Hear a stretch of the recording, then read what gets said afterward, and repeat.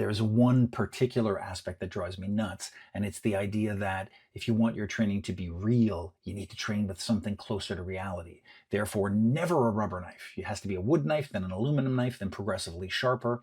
Focusing on hard work then makes people more reluctant. Then they go slower, they go slower. The slowness now begets unrealistic adaptation. And you start to have people doing things like, disarms with the body and with the side of the arms. Is it possible? It's possible. Is it probable? It fucking well is not. I know arts like Kali, which are all based on weapon, do things like defanging the serpent and all of these disarms. I've been in 6 empty hand versus knife encounters in my life. The most recent was less than 2 years ago. So I'm not going in with some historical perspective. I can tell you that at no point during life and death encounters with knives when I was working security did I ever have the temptation to try to disarm. I would clutch, neutralize the weapon, enter resolutely, smash, smash, smash, drop the person down to the ground. Control them maybe, shut off their brain with a knockout, yes, smack them into every object, yes.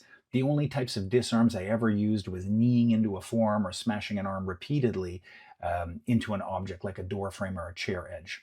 I do not like trying to fiddle around with a knife and disarm it. I think it's suicide. So if your style depends on a hard knife to work, I would say it's ridiculous.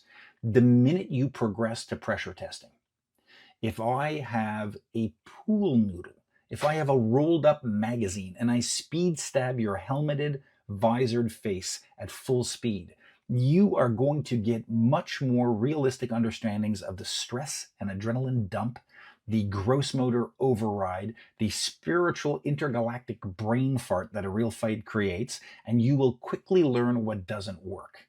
You need to kill that part of your ego and go fast and hard sometimes, and it can't be done even in the world's best protective gear with a semi-sharp or aluminum training knife without seriously wounding one another. So the idea that the realness and the replication of the knife to the real knife somehow is a measure of the reality of the training is ridiculous.